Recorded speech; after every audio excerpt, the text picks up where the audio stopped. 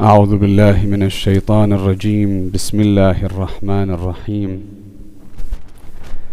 رب اشرح لي صدري ويسر لي أمري واحلل عقدة من لساني يفقه قولي. بسم الله الرحمن الرحيم. الحمد لله رب العالمين، وصلى الله على سيدنا وحبيب قلوبنا وشفيع نفوسنا أبا القاسم محمد. اللهم صل وعلى آل بيته الطيبين الطاهرين المعصومين، لا سيما بقية الله روحي وأرواح العالمين لتراب مقدمه الفداء. اللهم صل على محمد وآل محمد في الأولين، اللهم صل على محمد وآل محمد في الآخرين، اللهم صل على محمد وآل محمد في الملأ الأعلى. أما بعد، يقول الله في محكم كتابه الكريم: بسم الله الرحمن الرحيم. وإذا قيل لهم لا تفسدوا في الأرض قالوا إنما نحن مصلحون ألا إنهم هم المفسدون ولكن لا يشعرون. صدق الله العلي العظيم. اللهم صل وصدق رسوله الكريم. Inshallah, in the discussion tonight, we want to utilize this particular verse from Surah Al-Baqarah, verses or ayat 11 and 12, where Allah subhanahu wa ta'ala in the Quran showcases to us a group of people where when they are told do not corrupt or destroy the earth, they reply by saying we do not destroy it. Rather, they say we are the ones that are building it, we are reforming it, we are reviving it. And Allah subhanahu wa ta'ala has a response to that where He says they are indeed the ones that are destroying, but they do not perceive it. Now, as we know, the discussion of Imam Hussain goes hand in hand with the concept of Islah. I begin to understand with the context of where the world is at the moment. There is much that we've experienced from Islah from one angle, and from the other angle we've witnessed ifsad. These particular concepts, as we begin to analyze them, are, when we look at the previous Muharram until now, it is very different, the feeling that we have seeing what we've seen, losing what we've lost, experiencing what we've experienced, what our eyes have seen from oppression, what our hearts have felt from hurt, from pain, from suffering. The people or the personalities that we've lost on the way, that have sacrificed themselves for this understanding of standing alongside those that are oppressed, is very interesting, because all of a sudden the world sees something that's occurring within the Middle East. And you begin to see in a holistic manner that there is a group which are oppressed and that there is an oppressor. You begin to see by asking questions. Now, I'm not looking at solely as an Islamic perspective from people that are Muslim looking upon this event. I'm looking at the world as a whole. Viewing what's occurring in the Middle East, they see this. They see an oppressor and an oppressed. And they begin to ask the question, who is this oppressor and who is the oppressed? And then we all understand who the oppressor is. But then they begin to ask the question, who are these, or this group of people that is oppressed? And the answer would come forward and say that these people are Muslim. So then they ask the second question, well, hold on, if they're in the region which is the Middle East and they are Muslim, isn't the entire region known to be the majority in Islamic countries? The reply would be, yeah, without a shadow of doubt. They're all Islamic countries. But then they say, hold on, we understand that there's a statement that someone that is amazing in his stature and even greater in his understanding that comes forward and says that there are two types of people, either your brother in faith or your equal in humanity. If these Muslims take from this personality none other than Amir al-Mu'mineen Ali ibn Abi Talib. Allahumma salli. Then they need to understand this concept of if they are being oppressed, where is their brother in faith to assist them? And then they begin to understand that all these countries that surround all of a sudden are silent. Rather, they're shaking hands with the oppressors. Now when you begin to see this, they begin to see who is the main countries that are coming forward to assist the oppressor, or the oppressed, sorry. So the countries that come forward and assisting those that are oppressed are very namely, aren't they? Yemen, Lebanon, Iran, Iraq. To a greater degree, they'll find that there's a common denominator. They begin to ask questions, why are these countries supporting the oppressed? Where are the rest of the Muslims? The ones that are shaking hands to sign treaties that have allowed haram to be served in countries, that have allowed places of disbelief, that have allowed places to be established which displease Allah in what is served, what is practiced, and what is purchased. But all of a sudden, these are the same people that have the keys towards the Kaaba. So they begin to ask with a question mark, what is this Islam that you try to preach if only 3 or 4 countries come forward and support those that are oppressed? It's one thing to talk the talk, but when it comes time to put blood where your words were, then you'll only see 4 people or 4 countries that come forward. So the question now is, with the world watching, why is it that Yemen, Lebanon, Iran and Iraq come forward? What's the common denominator? Question. Why is it that they are prepared to sacrifice? Why is it that they are prepared to put their sons, their daughters, their elders, their youngsters in the path of danger? Because they are supporting the oppressed. Why? Why is it that we've lost one of the greatest leaders that with his finger can bring the tyrant to his knees? Why? Why have we given all this up? The common denominator, the reason why all these 4 countries have a principle that they share in common. If you want to ask a question, they'll come forward because they'll begin to ask and they'll find the common denominator in 4 letters.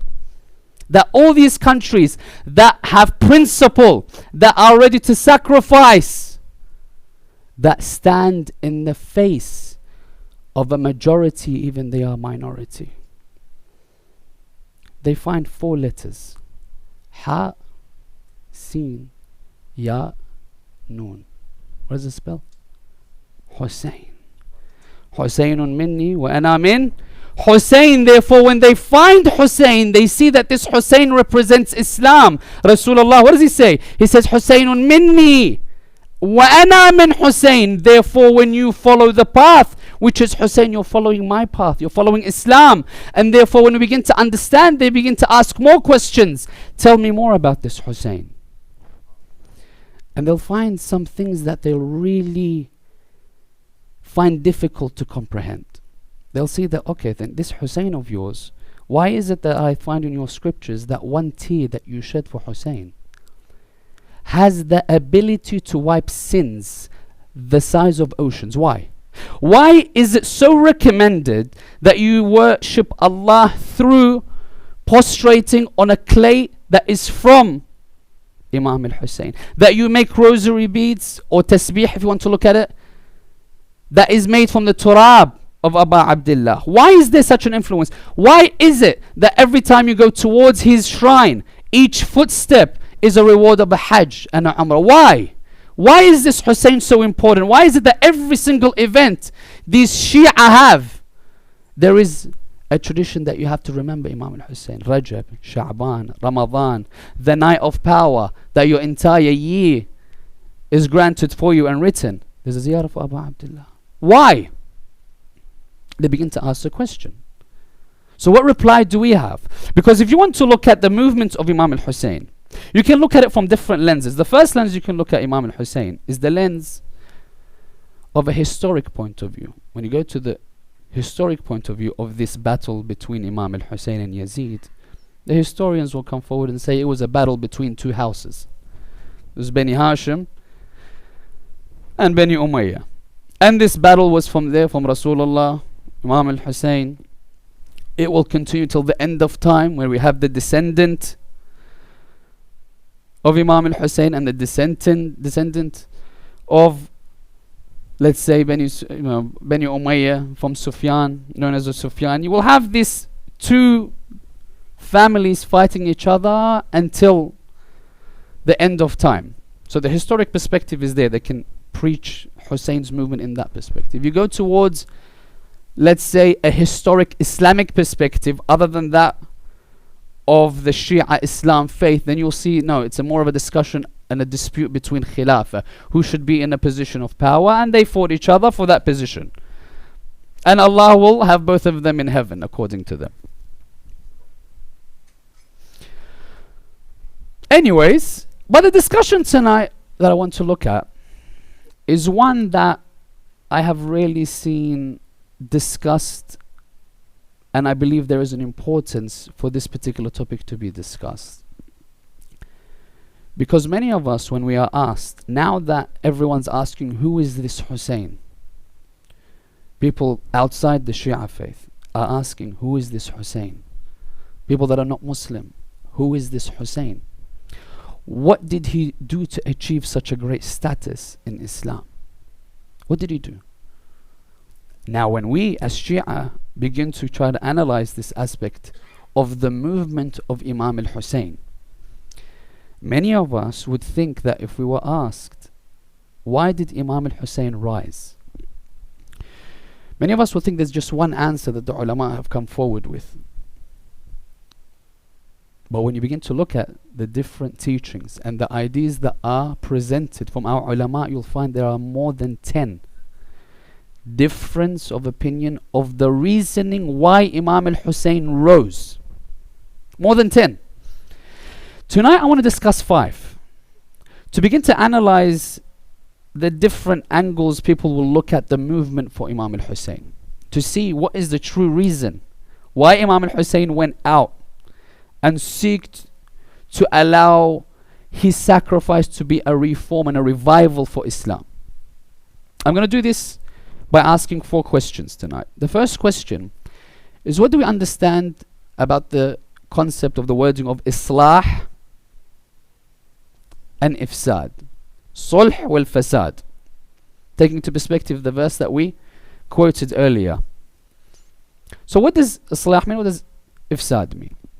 Secondly, we want to look at a letter that Imam al-Hussein wrote towards his brother Muhammad ibn al-Hanafiyyah that establishes the principles of the movement of Imam al-Hussein.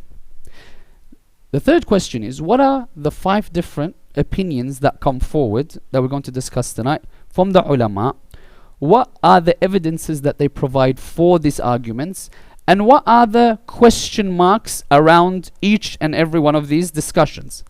And finally, where did the ifsad of the ummah start in accordance to our imams and our traditions? And inshallah, by answering these 4 questions, we'll have an understanding holistically of the different opinions, and indeed where the ifsad and the downfall began with the religion of Islam that needed Imam al-Hussein's islah. So inshallah, we can start the topic for tonight by blessing the majlis with a surah al-Mubarakat al-Fatiha, but before it, 3 of your loud salawat ala Muhammad wa ali Muhammad.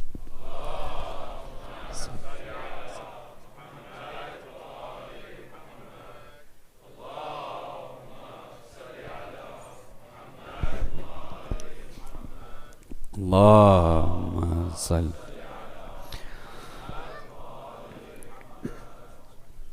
Islah is used throughout the Holy Quran. Islah linguistically means as-salamatu min al-aib, meaning salama min al-aib means to protect or preserve from anything that can destroy, degrade, diminish, corrupt a particular thing. It could be anything. The concept is there. Take an example. If you take your iPhones as an example, you have its particular functionality.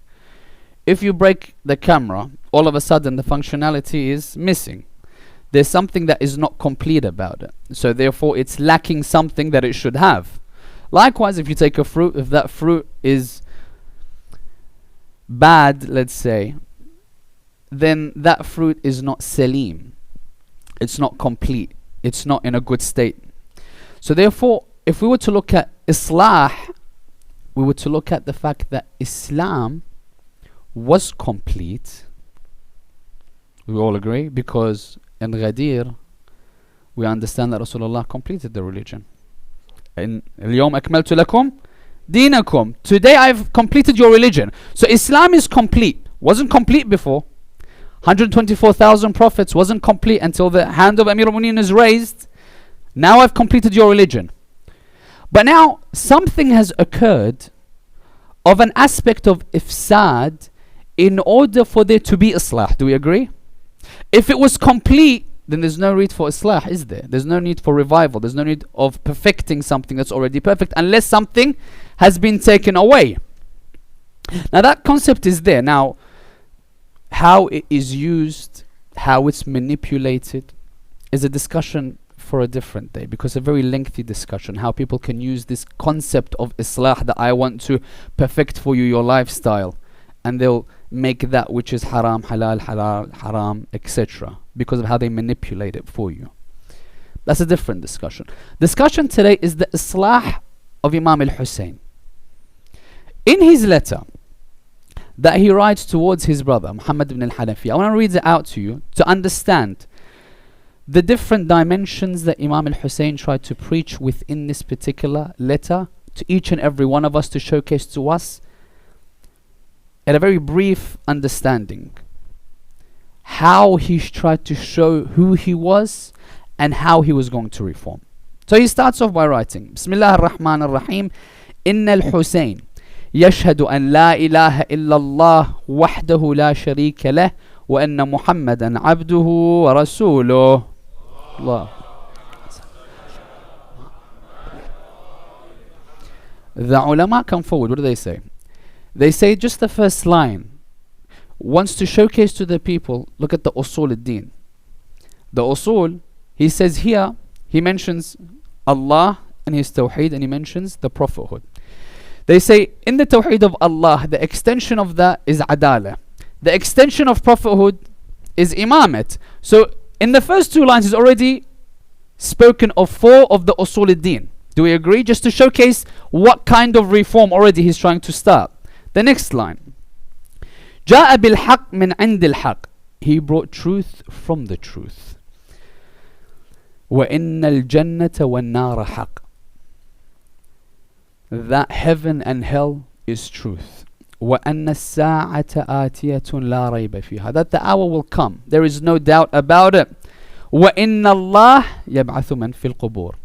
Resurrection. So now all of the five are mentioned within his speech of Usul ad-Din. Now what does he say?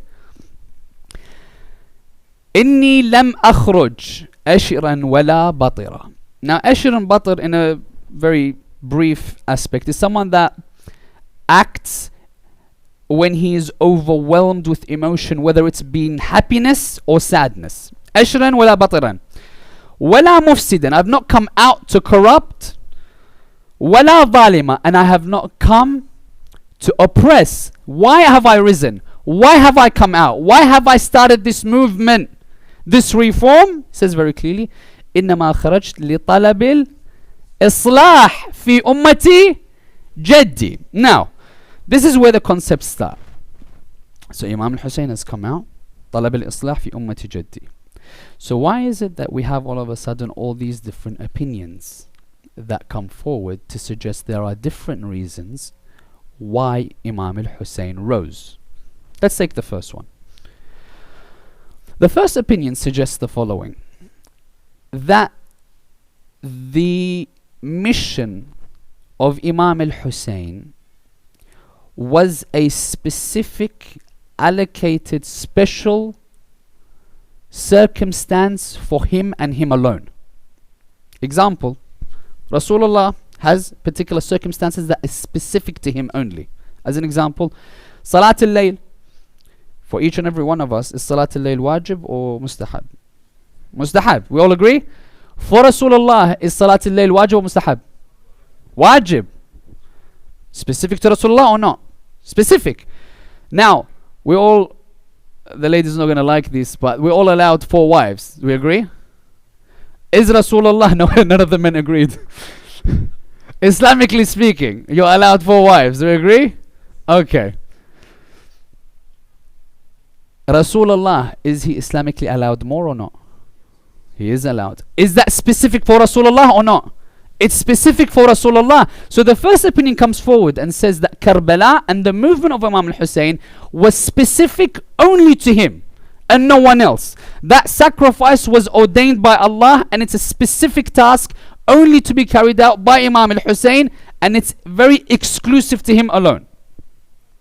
Now, why do they bring forward? What is the evidences that they have on this particular perspective?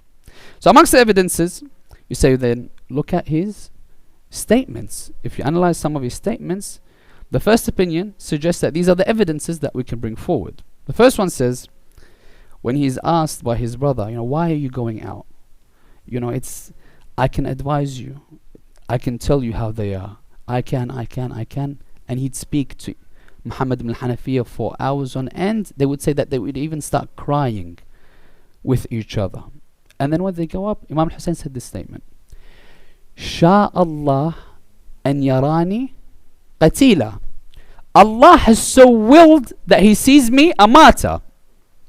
He says, okay, if Allah has willed for you to be a martyr, what about these ladies that you're taking with you? He says, Sha Allah an yarahunna sabaya. Allah has ordained that they will be taken captive. So they say if they take this perspective, then it is a special requirement exclusive to Imam al-Hussein only. What other evidences do they bring forward? They say that when Rasulullah, when Imam al-Hussein was asleep, Rasulullah comes to him in the dream. Do we have the tradition or not? What does Rasulullah say to him? He says that your grandfather awaits you.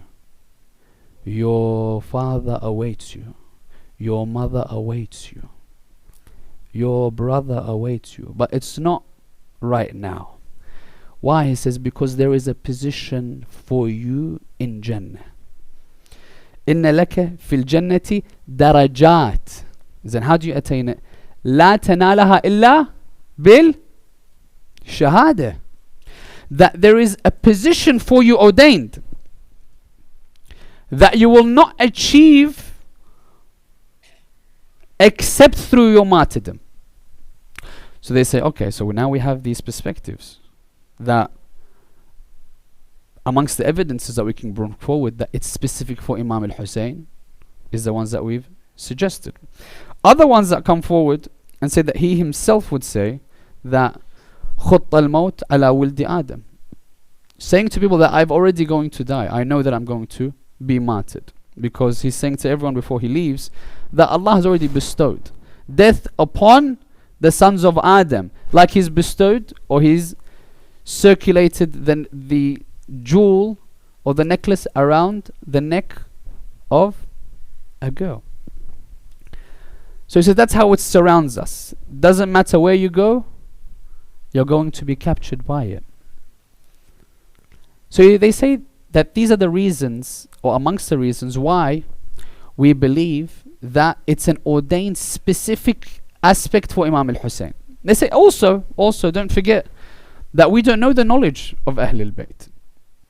For the traditions that come forward that suggest that Rasulullah would say to Amir al-Mu'mineen, Ya Ali, la ya'rifuka illa Allah wa ana, wa la ya'rifuni illa Allah wa ant, wa la ya'rifu Allah illa ana wa ant.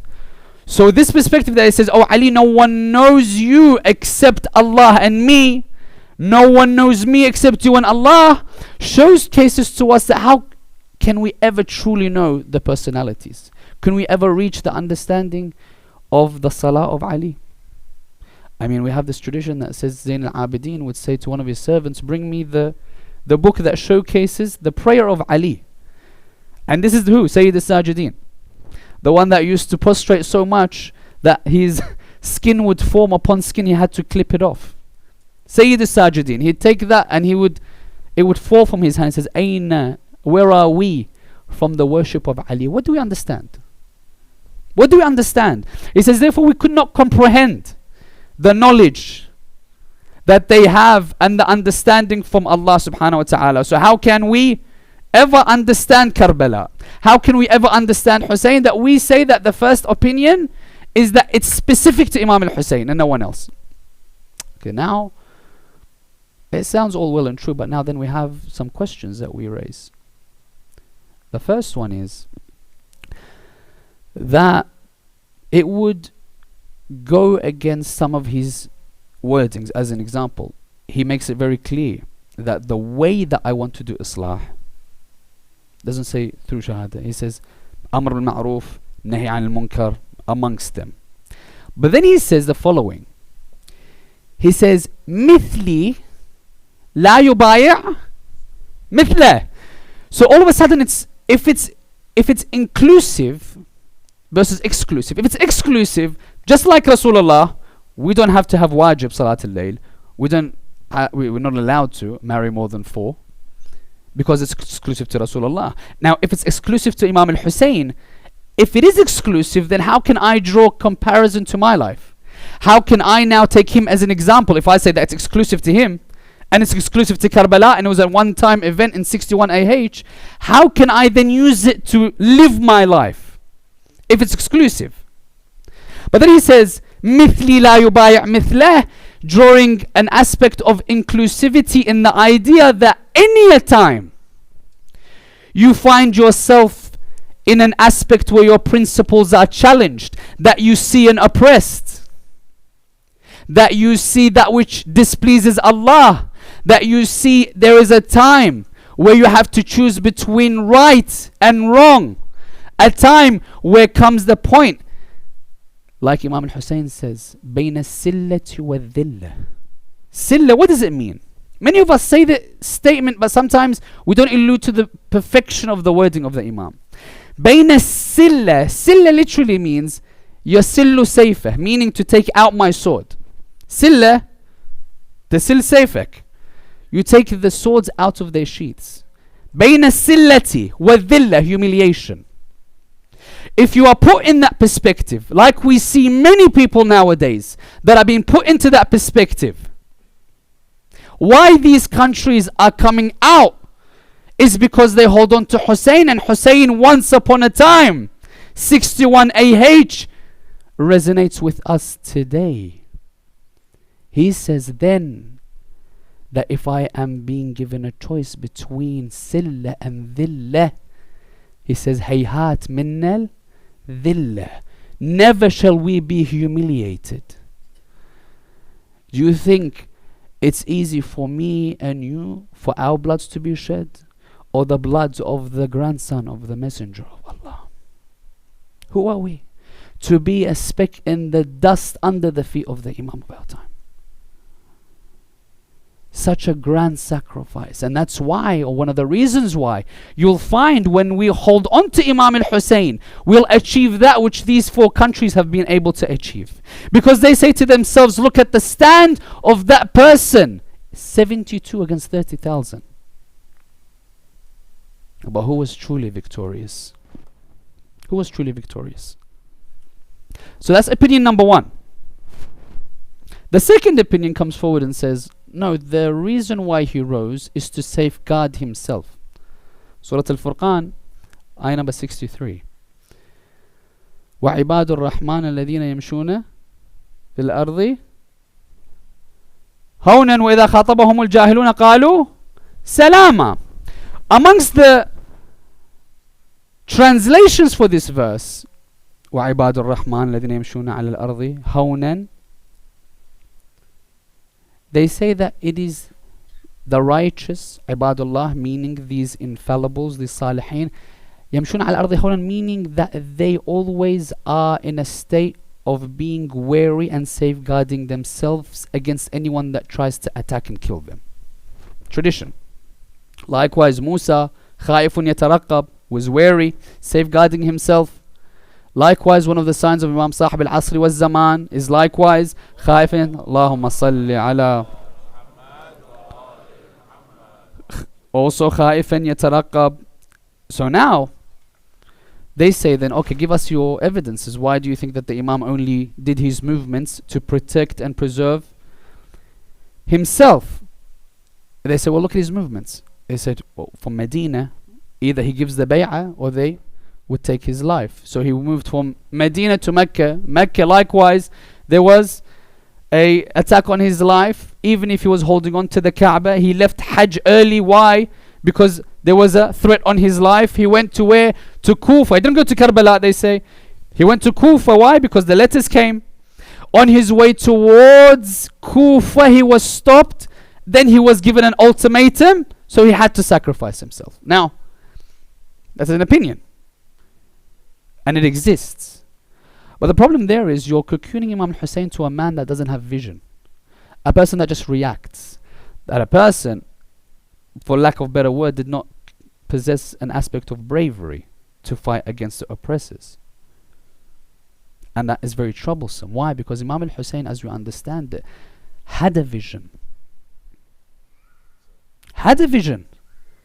Knew what he was going out for, as the letter that we stated. And he knew that it would end in sacrifice. And that's why we begin to see all these different notions coming up. And each one would present evidences because of different reasons. Now with that, the third opinion comes forward. This one we can all understand how we reject. Agreed? The third opinion comes forward. And this one is a very interesting one. This one was given light about 50, 60 years ago. Roughly around about the time of the revolution in Iran. This one comes forward through a book called The Eternal Martyr. Najafi Abadi writes a particular statement within his book, saying that the reason why Imam al-Hussein rose was to establish a government that taught the teachings of the true Islam. He says, how do you know? He says, why did he give the letters out? Lest he wanted to go to Kufa to do what? To establish a government. He left Medina, he left Mecca, took his family with him to establish a government. So that through the government he can attain this aspect of Islah to the Ummah. Through establishing the teachings and reaffirming the teachings, correcting the wrongs that were corrupted in Islam and re-establishing the same message that Rasulullah came with. Because Islam was going downhill. Ali ibn Abi Talib says, when I came towards Kufa, I used to tell the people there is no congregation in Mustahab. They would say from all four corners of way of Kufa in the Khilaf of Amir al-Mu'mineen, they would say the statement, what? Wa sunnate Umara. It says, why are you changing the sunnah of Umar? It says, what about the sunnah of Rasulullah? I want to re-establish it. So they say this one is the fact that this idea says that he wanted to establish a government. He wasn't going for Shahada. And the evidence that he brings forward is some of his statements. Amongst the statements that come forward, he says, وَلَكِنْ نُصْبِحْ وَتُصْبِحُونَ. We'll awaken and you will awaken. وَتَنْظِرْ وَنَنْظِرْ وَتَنْظِرُونَ. We will see and you will see. أَيُّنَا أَحَقُّ بِالْبَيْعَةِ وَالْخِلَافَةِ. So he says, as an example, tomorrow you'll wake up and see, and we'll see who is more rightful for the bay'ah, the pledge of allegiance, and the khilafah. Meaning what? Was he after martyrdom or was he after a position where he can establish government? Through this statement, they say the evidences show that he wants to establish government. Other statements, he's talking towards Hur ibn Yazid al-Riyahi. You'll find it says, وَنَحْنُ أَوْلَى بِوِلَايَةِ هَذِي الْأُمُورِ عَلَيْكُمْ مِنْ هَؤُلَاءِ الْمُدِينِينَ بِمَا لَيْسَ لَهُمْ. He says, we have a greater authority on you with these issues than these people that want to have a claim on this particular position. Again, what is it issuing? The aspect of a position being established that you can govern from, to establish Islam where Islah comes from. That's opinion number 3. Now, the problem with this opinion Again, if we were to say that he went to establish a government, where does all the traditions go about خط الموت على ولد آدم خير لي مصرع, that Allah has chosen for me to sacrifice? Where does Rasulullah telling him that there is a position for you you will not attain except through your martyrdom? Oh Hussein, where are all these notions going then, if he only wanted to go to establish? Furthermore, in this book, and it's a very controversial book in the sense that there were over 40 people of the scholars that wrote books either for it, aiding it, or going against it. Amongst the things that they say that, why have you said such a thing, is he says that he didn't even know that he was going to be martyred. Now, there's a discussion, but amongst the things he says, he didn't have knowledge of his martyrdom. Number what? Number 3. Everyone following? 2 more points inshallah. Number 4, and this is the one that is the most popular. This is the one that, for example, Shaheed, Sadr, Mutahari would all lean towards. They would say the reason why Imam Hussein would go out in the manner that he did to try to achieve Islah was Shahada. But it wasn't Shahada like point number 1. It wasn't exclusively for him and him alone. Rather, they would say he wanted to go to attain Shahada because Islam, for lack of better word, was a shell that was becoming corrupt from inside. And it was going down a path that could never revive from. That the only way that they were able to revive Islam was to have a sacrifice so great and so grand that it would resonate the hearts of each and every one that heard it. That it would resonate not just then but through all time, to keep people steadfast on the correct path. To allow everyone to be reminded of the principles of steadfastness, of hardship, of sacrifice, of truth against falsehood. To assist the oppressed against the oppressor. All these principles and more. Look at us now. How many languages do we have majalis for Aba Abdullah? Have we even touched from the ocean of knowledge that we can gain? No. Such is the sacrifice. They say it was for Shahada, but that Shahada was for the revival. Now there's a 5th opinion, and it's a very interesting one. This opinion comes forward and suggests the following. It suggests that you need to make a difference between the ends and the means. Saying you're looking at Shahada as an ends, you're looking at establishing the government as an ends. He says no. He says I want you to look at the Islah as the ends, the revival as the ends. And I want you to see whether Allah ordained that it was established the government, Islah would be established. If you went to Shahada, through that Shahada, Islah would have been established. Either way, I'm going to journey to see what Allah has ordained for me. Either way, Islah is achieved. Allah ordained Shahada. Amongst the traditions that come forward in evidence of this, they say Imam Hussain comes forward. He says, أما والله إني لا أرجو أن يكون خيرا ما أراد الله بنا قتلنا أم ظفرنا. I want to pray to Allah that whatever He sees befitting, He allows to happen. Whether we are sacrificed in His path, whether we attain martyrdom or we establish. So you begin to see the ends is very different to the means. He says we're looking at Karbala as an ends. It didn't end in Karbala 61, did it? Look at us all here. As proof that it wasn't ending in Karbala. The Islah for the Ummah, which we have to understand. The Islah for the Ummah, the caravan of Imam Hussein, is going to come. When we say Islah, we want to reform, it's not just an outside reform, is it? It's an internal reform. The Yazid within us needs to leave us and allow that Hussein to shine from within.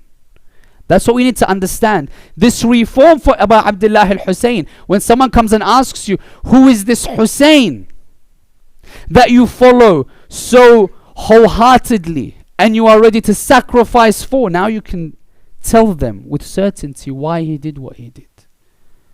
Was it easy? Without a shadow of doubt, it was difficult. It required sacrifice, but it's because of the Islah of Islam that he gave up everything. Gave up everything. Gave up his 6-month-old Ali Akbar, the blood of his heart. Why? Why was it such that he had to do it? Where did the downfall start? Question. Where did the downfall start? When we go towards the traditions, you know, when we say when the Imam Mahdi Ajallah Ta'ala Farajahu Sharif would return, Allah,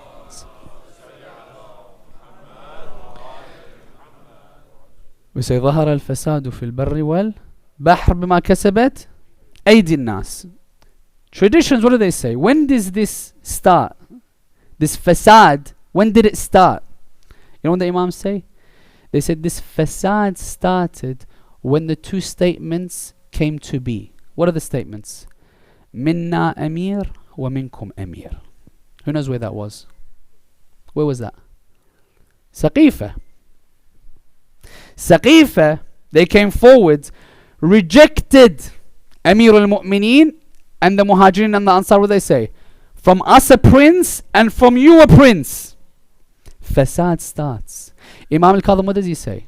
In reference to the verse that we stated, Ayah 11 and Ayah 12 from Surah Al-Baqarah, when it clearly says to them that do not corrupt, do not destroy this earth. La tufsidu. They say what? إنما نحن مصلحون. We are the reformers. Imam al-Kadhim is asked who, where, when. He says, when Islam was completed, they rejected that completion. When they rejected the bay'ah of Amir al-Mu'mineen. Islam was complete. You take Ali away, what happens? It's incomplete, isn't it? When it's incomplete, all of a sudden you can begin. And how did they begin? How did they begin? Ziyarat Ashura, we have a statement. We say, may Allah remove His mercy from those that paved the way for the killing of Abu Abdullah. We say, لعن الله الممهدين لهم بالتمكين من قتالكم. الممهدين means those, obviously, that paved the way for the killing of Imam Hussein. And I want to draw comparisons tonight. I want you to draw comparisons. What happened that led towards Karbala? The philosophy is there. Traditions say, had it not been for Saqifa, Hussein's head wouldn't be on a spear. Zainab wouldn't be taken from one city to another captive. Imam al-Hussein wouldn't have to dig a hole with the edge of his sword. Wouldn't have to. Fidda wouldn't have to run to a burning door if they held on. But they rejected. And they thought that we are the reformers.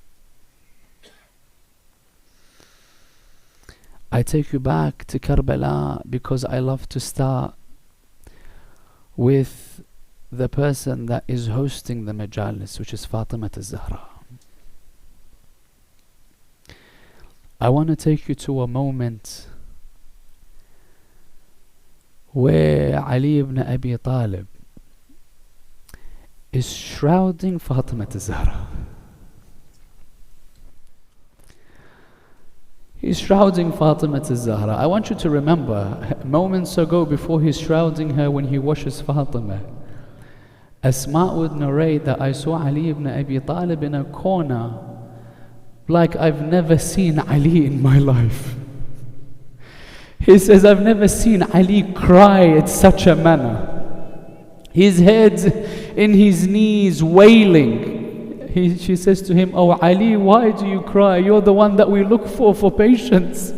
You're crying in such a manner, I can contain myself, O Amir al-Mu'mineen." He says, "Asma, do not blame me, for as I washed the body, my hand went on a broken rib." Ya Ali, one broken rib broke you. What about the ribs of Hussein? What did it do to Zainab? What did it do to Sajjad when they saw the body of Abu Abdullah? He brings them Hassan, Hussein, Zainab, Kulthum. Come and look towards Fatima for one last time. I want you to imagine this scenario. These children looking towards their young mother that once embraced them, finding it difficult in her last moments to embrace them because of the pain of her rib. They would throw herself.